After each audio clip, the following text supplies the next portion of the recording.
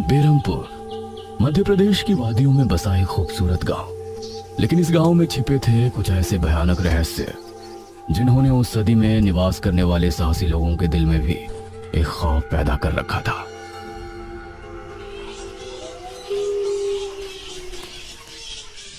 आज तो बहुत दिनों के बाद मित्रों से मिलना हो रहा है, बहुत आनंद आएगा। अरे मदन, कहाँ जा रहा है इस समय? पिताजी, मेरे मित्रों से इतने दिनों बाद मिलना हो रहा है। वो सुबह होने पर वापस नगर चले जाएंगे।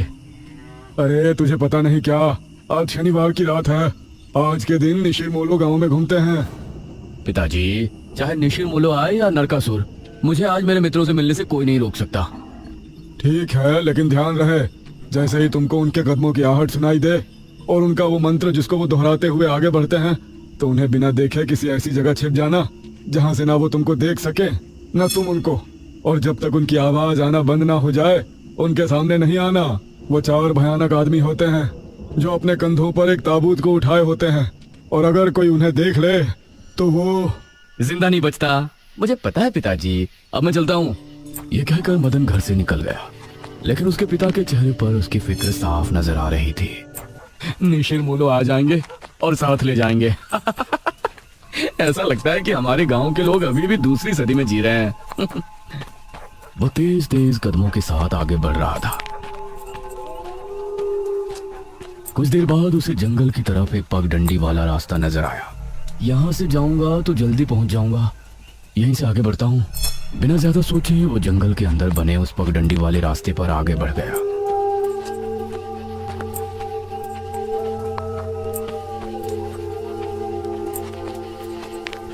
आज तो बहुत मजा आने वाला है, मिलकर खूब मदिरा पान भी करेंगे। तभी उसे भारी कदमों की आहटों के साथ कुछ आवाजें सुनाई देने लगी। इन आहटों और आवाजों को सुनकर वह एकदम से चौंक पड़ा और उसकी आंखें डर से बड़ी हो गईं। हे भगवान! वो जल्दी से झाड़ियों की तरफ भागा और उनमें छिपकर बैठ गया। वो झाड़ियों की ऊंट में बैठा लंबी लंबी सांस ले रहा था। वो आवाजें अब और ज्यादा साफ होने लगी थी।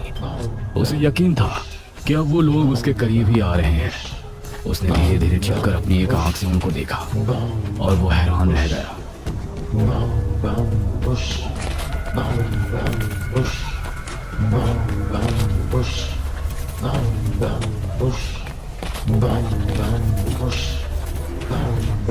हे भगवान, मैंने इन्हें देख लिया।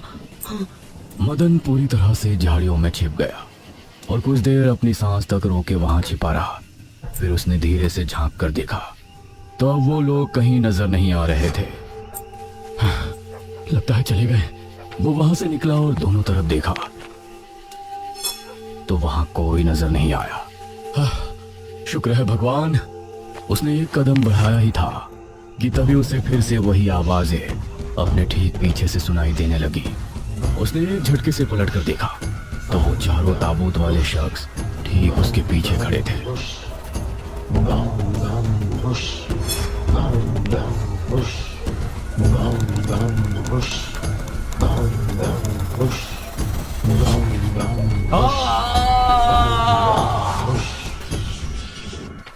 इस तरफ जब देर रात भी मदन वापस नहीं लौटा तो उसके पिता को उसकी चिंता होने लगी। उसने गांव के एक आदमी विपुल को साथ लिया और जंगल की तरफ रवाना हुआ।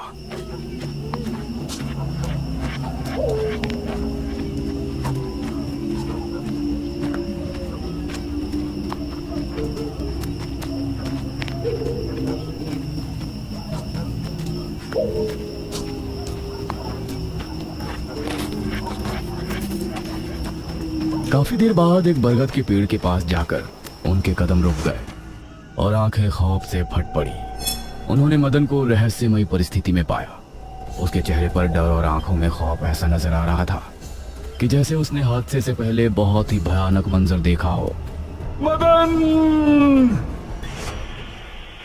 400 साल बाद अंधेरा जंगल, सुनसान रास्ता, चारों तरफ सिर्फ पेड़ पौधे और कोहरा। मेघना उनके बीच अकेली खड़ी थी। कोई है? क्या यहाँ कोई है? उसने कुछ कदम आगे बढ़ाए। उसके सवाल का कोई जवाब तो उसे नहीं मिला, लेकिन कुछ टपकने की टप टप की आवाज अब उसे बराबर आ रही थी। मैं यहाँ क्या कर रही हूँ? कौन लाया है मुझे यहाँ पर? वो खुद को वहां पाकर बहुत परेशान थी। तभी उसने देखा कि कोई चीज उड़ती हुई उसी की तरफ आ रही है। वो उसे हैरानी से देखने लगी। पास आने पर पता चला कि वो कोई विशालकाय भयानक पक्षी था। बचाओ! मेघना उससे बुरी तरह से डरकर भागने लगी और वो उसका पीछा कर रहा था। मेघना ने उसे पीछे पलटकर देखा तो वो उसको पकड़ने ही वाला था, लेकिन तभी मेघना एक पेड़ से टकराई। उसने देखा कि उस पेड़ से हरे रंग का पानी टपक कर नीचे गिर रहा था। मेघना उस हरे पानी को गौर से देख रही थी। तभी अरे ओ मेघना, उठ जा यार, कब तक सोएगी? मेघना आंखें मलते हुए नींद से जागी। उसने देखा कि सुबह के 9 बज चुके थे। ओह शिट, हम तो लेट हो गए। तूने मुझे उठाया क्यों नहीं? मेघना अपनी एक पार्टनर ऋषिता के साथ दिल्ली में रह रही थी, जहां वो एक लैब में काम किया करती थी। दोनों ने साथ नाश्ता किया और फिर तैयार होकर अपनी लैब के लिए निकल गई।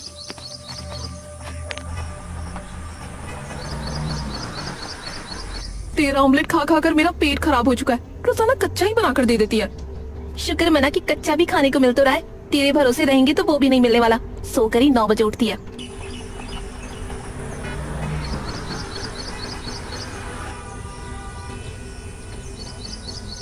ये दोनों लैब में पहुंची और वहां जाते ही ईशिता के पास प्रोफेसर जयदेव की कॉल आई। तुम दोनों ने इस बार बहुत समय ले लिया है। जो एंटीडोट बनाने का काम तुमको दिया था वो पूरा करोगे या नहीं? प्रोफेसर साहब, बस ये समझ लीजिए कि काम होने ही वाला है। आप हमें 3 दिन का समय और दीजिए। ये कहकर उसने कॉल काट दिया। तो इतने दिनों से प्रोफेसर को घुमा रही है। आखिर तू ये एंटीडोट तैयार करेगी कैसे? ये सुनकर ईशिता ने एक किताब निकाली।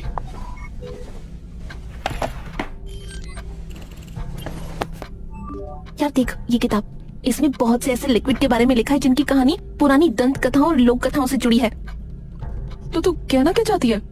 मुझे इस किताब में बहुत ही अनोखे लिक्विड के बारे में पता चला है जिसे मृत्युंजय अमृत कहते हैं। हम उस लिक्विड का टेस्ट करेंगे और अगर वो हमारे काम का निकला तो उसे यूज भी कर सकते हैं। मृत्युंजय अमृत? देख मैं तेरे साथ कहीं नहीं जाने वाली हूँ।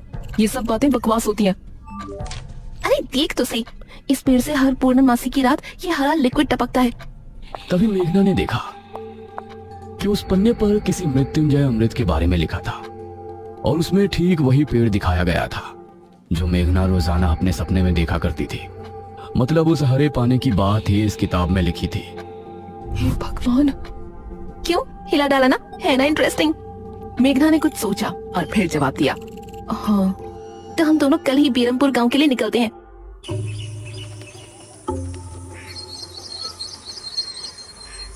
ये दोनों अगली सुबह ही बस से बेरमपुर के लिए निकल गई।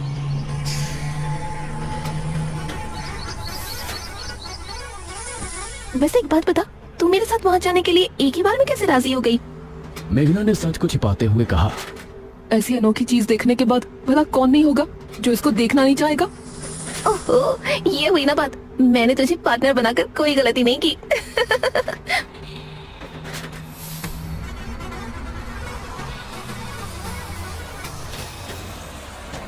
ये दोनों 5 घंटे के सफर के बाद एक जगह उतरी। इनके ठीक सामने एक बड़ा सा गेट था जिस पर नाम लिखा था बीरमपुर। ईशिता और मेघना ने जैसे ही गेट के अंदर कदम रखा तो अचानक से मौसम बदला। सूरज मानो बादलों के पीछे छिप गया और एक हवा अपने साथ आंधी ले आई। अरे वाह, गांव का मौसम तो बहुत ठंडा है। इधर गांव के लोग भी अचानक बदलते मौसम को देखकर हैरान रह गए। अरे ये क्या, अभी तक तो काफी गर्मी थी, ये अचानक आंधी कहां से आ गई? मुखिया जी, लगता है बारिश भी जरूर आएगी। इधर मेघना और ईशिता दोनों ही गांव की तरफ बढ़ रही थी। यार ये गांव के लोग ठीक तो होंगे ना? गांव के लोग तो ठीक ही होते हैं, अजीब तो हम शहर वाले होते हैं। ये बात तो तूने बिल्कुल पते की कही। ईशिता और मेघना दोनों गांव के चौक पर पहुंची। वहां एक कुआं भी था और वही मुखिया भी 2 आदमियों के साथ खड़ा था।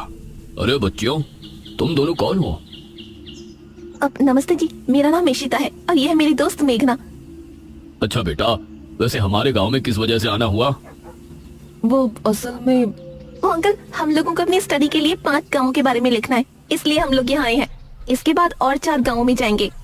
ओह अच्छा, फिर तो ठीक है बच्चों, हम तुम्हारी जितनी हो सके उतनी मदद करेंगे। जी अंकल, क्या हमें यहाँ कुछ दिन के लिए रहने के लिए कोई घर मिलेगा किराए पर? अरे बच्चों, तुमको किराए की घर की क्या जरूरत है? तुम दोनों जब तक चाहो मेरे ही घर में रह सकती हो। ठकुराइन वैसे भी लड़कियों से बहुत प्यार करती है।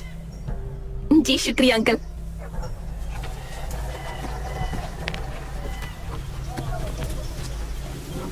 मुखिया इशिता और मेघना को अपने घर ले आया।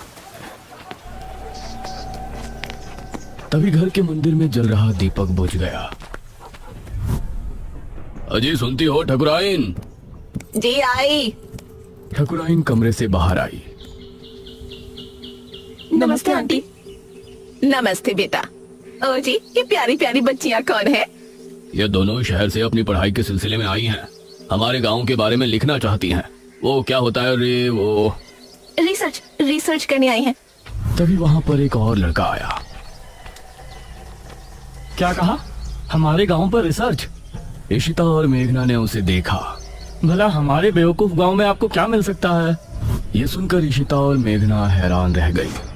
चुप करो अनुज, ऐसे कोई अपने गांव में बोलता है क्या? ये मेरा बेटा है अनुज। अनुज ने मेघा और इशिता की ओर देखा और उन्हें हाथ जोड़कर नमस्ते किया। नमस्ते बेटा अनुज, जरा इन दोनों को वो खाली कमरा दिखा दो जो तुम्हारे कमरे के बराबर में है। ठीक है पिताजी, आओ देवियों। देवियों? अनुज कॉरिडोर से होते हुए उनको कमरा दिखाने ले जाने लगा। इसी समय गांव के मंदिर में बैठा पुजारी भगवान की आरती कर रहा था। तभी अचानक से दिया बुझ गया।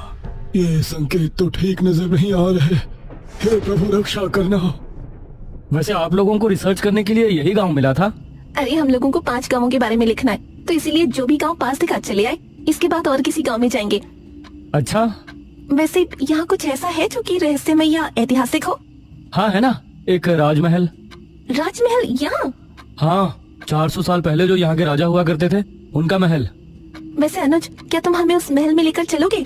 हाँ, तुम लोग जाना चाहोगे तो जरूर। तो ठीक है, रात को जब सब सो जाएंगे तो हमें वहाँ ले चलना। यह सुनकर मेघना इशिता को हैरानी से देखने लगी। रात के समय तुम लोग मजाक तो नहीं कर रहे? नहीं, हम तो चलने को तैयार हैं। तुम्हें डर लग रहा है तो बताओ। मेरा गांव है ये, मुझे क्यों डर लगेगा? ठीक है, ले चलूंगा, लेकिन पिताजी को और माँ को पता नहीं चलना चाहिए। ग्रेट, तो बताओ किस टाइम आ रहे हो? 12 बजे तक पिताजी और माँ दोनों सो जाएंगे। मैं उसी समय तुम लोगों को ले आऊंगा। हाँ सही है। ये कहकर अनुज ने उन्हें कमरे में छोड़ा और वहाँ से चला गया। ये क्या? हम तो उस मृत्युंजय अमृत के बारे में पता करने आए थे ना। अब हम ये राजमहल क्यों जा रहे हैं? अरे उसको सीधा पूछते तो उसे शक हो जाता ना।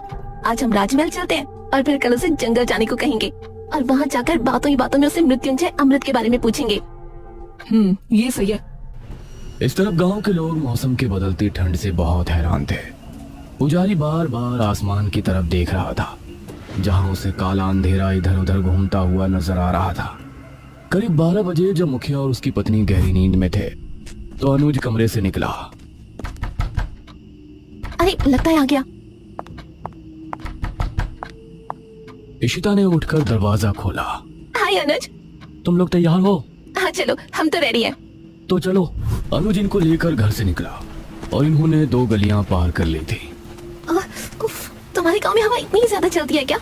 रोज तो नहीं चलती, लेकिन शहर की 2 लड़कियों के साथ लगता है उनके शहर का प्रदूषण भी आंधी के रूप में साथ आ गया। कुछ देर चलने के बाद ये तीनों एक बड़े से राजमहल के सामने खड़े थे, जिसे देखकर मेघना को कुछ याद आने लगा। ऐसा लगता है कि इस राजमहल को मैंने पहले कहीं देखा है। ये है राजमहल, राजा सूरजभान का। वाकई में काफी आलीशान है। ये कहते हुए इशिता ने अपने कैमरे में उसकी एक फोटो ली। हमें खिड़की से अंदर जाना पड़ेगा, इसका दरवाजा सालों से जाम है। ये तीनों एक खिड़की के रास्ते राजमहल में पहुंचे और वहां की हर एक चीज मेघना को जानी पहचानी लग रही थी। इस तरफ गांव में आंधी का बहाव बढ़ने लगा था। सभी अपने अपने घरों में आराम से सो रहे थे।